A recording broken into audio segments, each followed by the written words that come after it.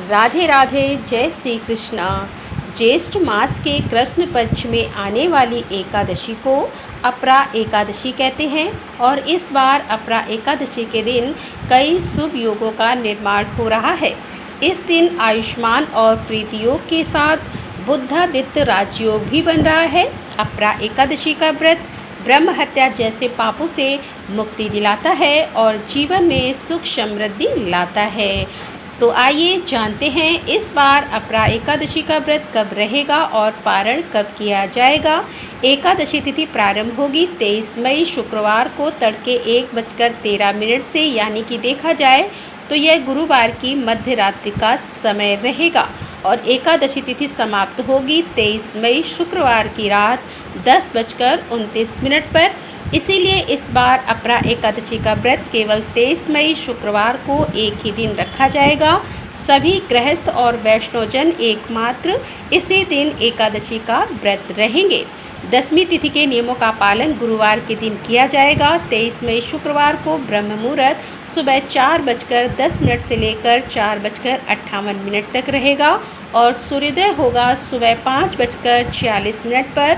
सूर्यास्त शाम 7 बजे प्रातःकाल पूजा मुहूर्त सुबह 4:25 से लेकर 5:26 तक रहेगा। अब आइए जानते हैं अपरा एकादशी के पारण का समय।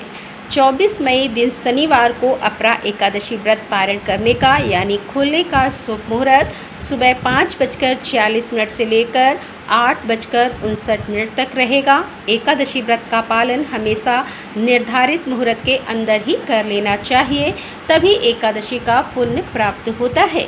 अपरा एकादशी का व्रत रखने वाले भक्तों को एक दिन पहले दसवीं तिथि के नियमों का पालन करते हुए सूर्यास्त के बाद अन्न ग्रहण नहीं करना चाहिए। तुलसी के पत्ते भी दसवीं तिथि को ही तोड़कर रख लेने चाहिए। फिर एकादशी के दिन सुबह जल्दी उठकर स्नान करें, भगवान विष्णु का ध्यान करें और सूर्य देव को जल अर्पित करने के बाद व्रत का संकल्प लें। मंदिर में गंगा जल छिड़कें। एक चौकी पर पीले रंग का वस्त्र बिछाकर उसके ऊपर भगवान विष्णु और माँ लक्ष्मी जी की तस्वीर या प्रतिमा विराजित करें। इसके बाद पहले भगवान विष्णु और माँ लक्ष्मी जी का अभिषेक करें, उन्हें पुष्प अर्पित करें, धूप दीप जलाएं। ओम नमो भगवते वासुदेवाय मंत्र का निरंतर जाप करते रहें।